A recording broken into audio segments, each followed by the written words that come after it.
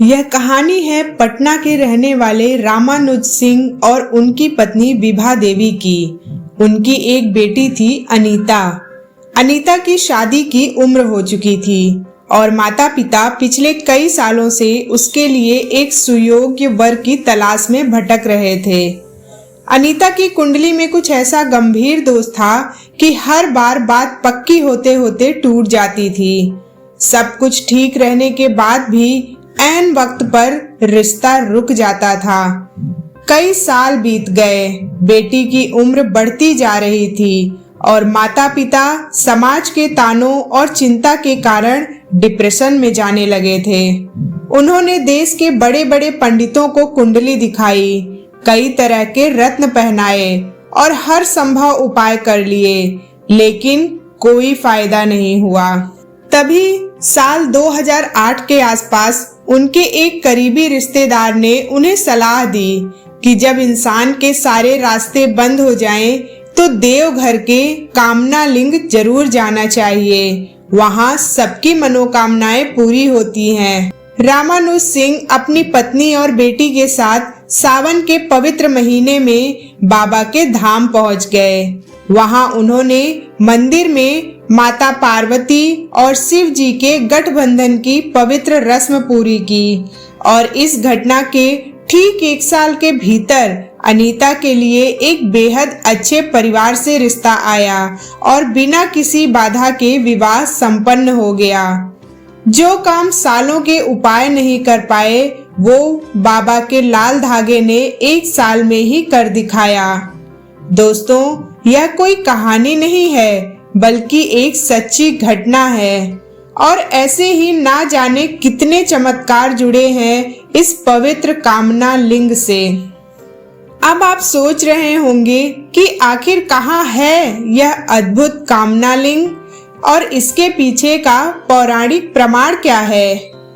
सावन के महीने से इसका क्या संबंध है, तो चलिए आज की इस विशेष प्रस्तुति में हम शिव पुराण के पन्नों को पलटते हैं और जानते हैं कि कैसे एक अधूरी मन्नत इस चौखट पर आकर 100% पूरी हो जाती है।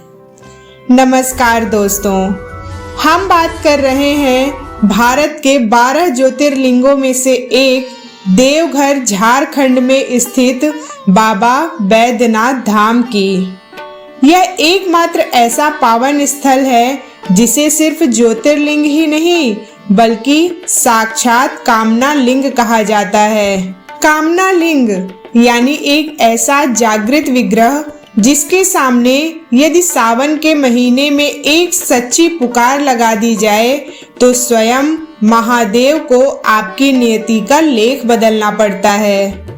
इस मंदिर की महिमा मनगढ़ंत नहीं है। शिव महापुराण के कोटि रुद्र संहिता में इस ज्योतिर्लिंग की स्थापना का अचूक प्रमाण मिलता है। यह कथा त्रेता युग की है। लंकापति रावण, जो परम शिव भक्त था, उसने महादेव को स्थायी रूप से लंका में बसाने के लिए हिमालय पर घोर तपस्या की। जब महादेव प्रकट नहीं हुए तो रावण ने अपने भक्ति और अहंकार की पराकाष्ठा दिखाई। उसने एक एक करके अपने 9 सिर काटकर अग्नि में आहुति दे दी। जैसे ही वह अपना 10वां और अंतिम सर काटने चला, महादेव ने साक्षात प्रकट होकर उसका हाथ थाम लिया। महादेव ने उसके कटे हुए सिरों को पुनः जोड़ दिया और उसे वरदान मांगने को कहा। रावण ने अपनी सबसे बड़ी मनोकामना शिव जी के सामने रख दी।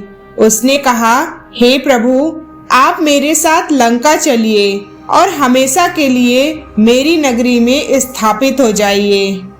रावण की इस प्रचंड कामना को पूरा करने के लिए शिव जी ने एक लिंग का रूप धारण किया, लेकिन उन्होंने एक शर्त रखी। उन्होंने कहा, रावण, तुम इसे लंका लेकर जाओ, लेकिन याद रखना, मार्ग में जहां भी तुमने इस लिंग को भूमि पर रख दिया, यह वहीं स्थापित हो जाएगा। फिर इसे ब्रह्मांड की कोई शक्ति हिला नहीं पाएगी। रावण शिवलिंग को उठाकर बड़ी तेजी से लंका की ओर चल पड़ा। इधर स्वर्गलोक में हाहाकार मच गया।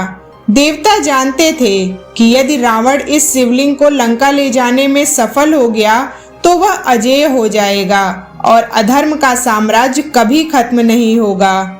सभी देवता रक्षा के लिए भगवान विष्णु और बुद्धि के देवता भगवान श्री गणेश के पास पहुंचे। तब एक अद्भुत दिव्य योजना बनाई गई। जब रावण झारखंड के इस देवघर क्षेत्र से गुजर रहा था, तब योजना के अनुसार वरुण देव ने रावण के पेट में प्रवेश किया। इसके कारण रावण को तीव्र और असहनीय लघुशंका की इच्छा हुई।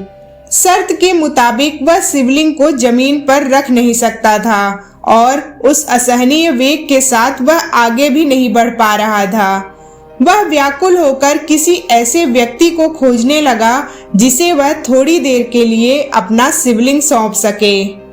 तभी रावण की नजर एक साधारण से ग्वाले पर पड़ी। वह ग्वाला कोई और नहीं बल्कि साक्षात भगवान श्री गणेश थे। रावण ने उस ग्वाले को बुलाया और कहा, मैं थोड़ी देर में आता हूँ, तब तक तुम इस पवित्र लिंग को अपने हाथों में थाम कर रखो, इसे भूल कर भी जमीन पर मत रखना। भेष बदले भगवान गणेश ने मासूमियत से कहा, महाराज यह पत्थर तो बहुत भारी लग रहा है, अगर मेरा हाथ थक गया तो मैं इसे जमीन पर रख दूंगा। रावण ने उसे सोने की मोहरों का लालच दिया और कहा कि वह बहुत जल्दी लौट आएगा। रावण जैसे ही कुछ दूरी पर लघुशंका के लिए गया, वरुण देव के प्रभाव के कारण उसे घंटों का समय लग गया। इधर लीलाधारी गणेश जी ने अपनी माया रची। उन्होंने रावण को पहली बार पुकारा, भैया आओ, भारी लग रहा है। रावण नहीं आ पाया। थोड़ी देर बाद दूसरी बार पुकारा और फिर तीसरी बार। 3 बार पुकारने के बाद गणेश जी ने उस भारी शिवलिंग को उसी स्थान पर भूमि पर रख दिया और वहां से अंतर ध्यान हो गए। जैसे ही शिवलिंग ने भूमि को छुआ, वह वहीं स्थापित हो गया। जब रावण वापस लौटा तो यह देखकर उसके पैरों तले जमीन खिसक गई कि उसकी शिवलिंग को लंका ले जाने की कामना अधूरी रह गई। क्रोध और अहंकार में चूर रावण ने पूरी ताकत से उस शिवलिंग को उखाड़ने की कोशिश की। उसने अपनी 20 भुजाओं का बल लगा दिया, लेकिन महादेव टस से मस नहीं हुए। इस खींचतान में शिवलिंग का कुछ हिस्सा जमीन में धंस गया। निराश और क्रोधित रावण ने अपने अंगूठे से उस शिवलिंग को ऊपर से दबा दिया, जिसके निशान आज भी बाबा बैद्यनाथ के शिवलिंग पर स्पष्ट रूप से देखे जा सकते हैं। चूंकि रावण की उस महान कामना के कारण ही यह शिवलिंग प्रकट हुआ था, इसीलिए बाद में इसका नाम कामना लिंग रखा गया। रावण की शिवलिंग को उखाड़ने की कोशिश में महादेव को चोट पहुंची थी, इसलिए देवताओं के वैद्य अश्विनी कुमारों ने आकर इस लिंग का उपचार घृत और जल से किया, जिससे इसका नाम वैद्यनाथ यानी वैद्यों के नाथ पड़ा, जो कलयुग में भक्तों की मनोकामना पूरी करने वाले कामना लिंग के रूप में जाने जाते हैं। सावन के महीने में बैद्यनाथ धाम में सुल्तानगंज से उत्तर वाहिनी गंगा का जल लिया जाता है, जिसे बेहद पवित्र माना जाता है। वहां से बाबा धाम की दूरी 105 किलोमीटर है।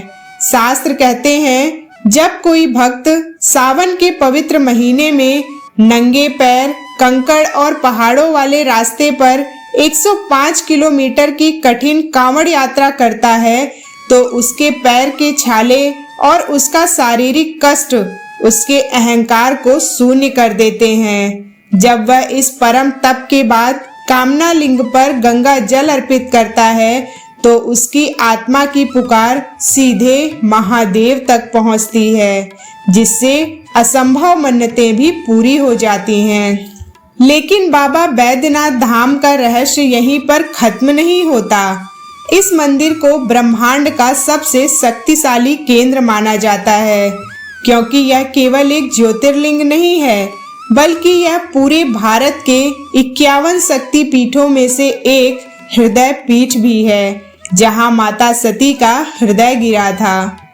मतलब पूरे संसार में यह इकलौता ऐसा शिव मंदिर है जहां ज्योतिर्लिंग और शक्ति पीठ एक ही प्रांगण में आमने सामने विराजमान है।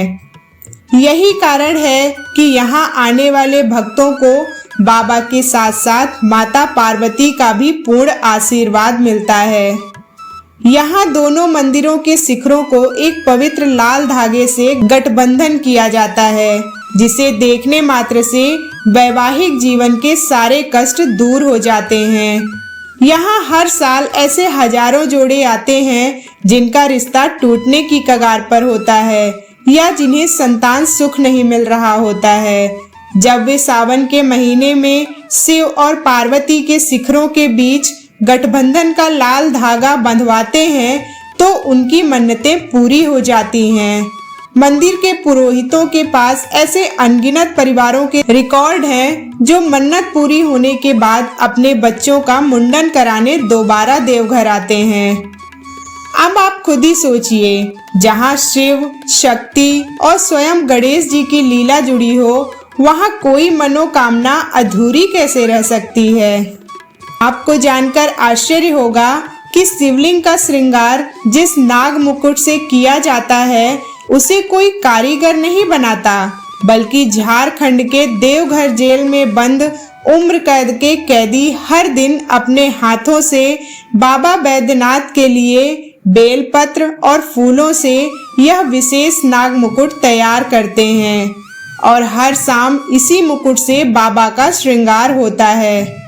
कहा जाता है कि सालों पहले एक कैदी ने अपनी रिहाई की मन्नत मांगते हुए बाबा का मुकुट बनाना शुरू किया था। बाबा ने उसकी पुकार सुनी और वह जेल से बरी हो गया। तब से आज तक कैदी अपनी मनोकामना पूरी करने और पापों के प्रायश्चित के लिए यह मुकुट पूरी श्रद्धा से जेल के अंदर ही बनाते हैं, जिसे रोज शाम को पूरी सुरक्षा के साथ मंदिर लाया जाता है। एक और चमत्कार जो इस धाम को कामना पूर्ति का केंद्र बनाती है, वो रहस्य छुपा है बाबा के नाम में। बैद्यनाथ का अर्थ है वैद्यों के नाथ, यानी द लॉर्ड ऑफ फिजिशियंस, डॉक्टरों के डॉक्टर। देवघर के इतिहास और स्थानीय रिकॉर्ड्स में ऐसे सैकड़ों वीआईपी और आम लोगों के दस्तावेज हैं जो कैंसर, लकवा या गंभीर बीमारियों से पीड़ित थे और डॉक्टरों ने उम्मीद छोड़ दी थी। वो भी यहाँ आके पूरी तरह ठीक होकर गए हैं। मंदिर के प्रांगण में एक पवित्र तालाब है जिसे शिव गंगा कहा जाता है। मान्यता है कि जो लोग सावन में सुल्तानगंज से 105 किलोमीटर की कठिन पैदल यात्रा करके आते हैं और शिव गंगा में स्नान करके बाबा के चरणों का चरणामृत ग्रहण करते हैं, उनकी असाध्य बीमारियां भी ठीक हो जाती हैं। तो दोस्तों, क्या आपके जीवन में भी कोई ऐसी इच्छा है जो सालों की कोशिशों के बाद भी अधूरी है? क्या कोई ऐसी मन्नत है जिसके लिए आपने हर दरवाजा खटखटाया लेकिन निराशा ही हाथ लगी, या कोई बीमारी पीछा नहीं छोड़ रही? तो शास्त्र कहते हैं जब संसार के सारे मार्ग बंद हो जाएं तो उस मार्ग पर कदम बढ़ाइए जो सीधे महादेव के बैद्यनाथ धाम जाता है। अपनी अर्जी एक बार बाबा के इस कामना लिंग के दरबार में लगाइए, कांवड़ उठाइए, सुल्तानगंज से गंगा जल भरिए और चल पड़िए उस देवघर की ओर जहां साक्षात बाबा बैद्यनाथ आपकी तकदीर बदलने के लिए बैठे हैं। कमेंट बॉक्स में जरूर बताइएगा कि क्या आपने भी बाबा के दरबार में कभी कोई अर्जी लगाई है। अगर आपको महादेव की यह प्रामाणिक कथा पसंद आई हो तो सच्चे दिल से वीडियो को लाइक करिए और इस वीडियो को उन लोगों के साथ शेयर कीजिए जिन्हें इस समय महादेव के सहारे की सबसे ज्यादा जरूरत है। इसी तरह के पुराणों के रहस्यों को जानने के लिए हमारे चैनल द हिडन मैथोलॉजी को सब्सक्राइब करना मत भूलिएगा। जय महाकाल।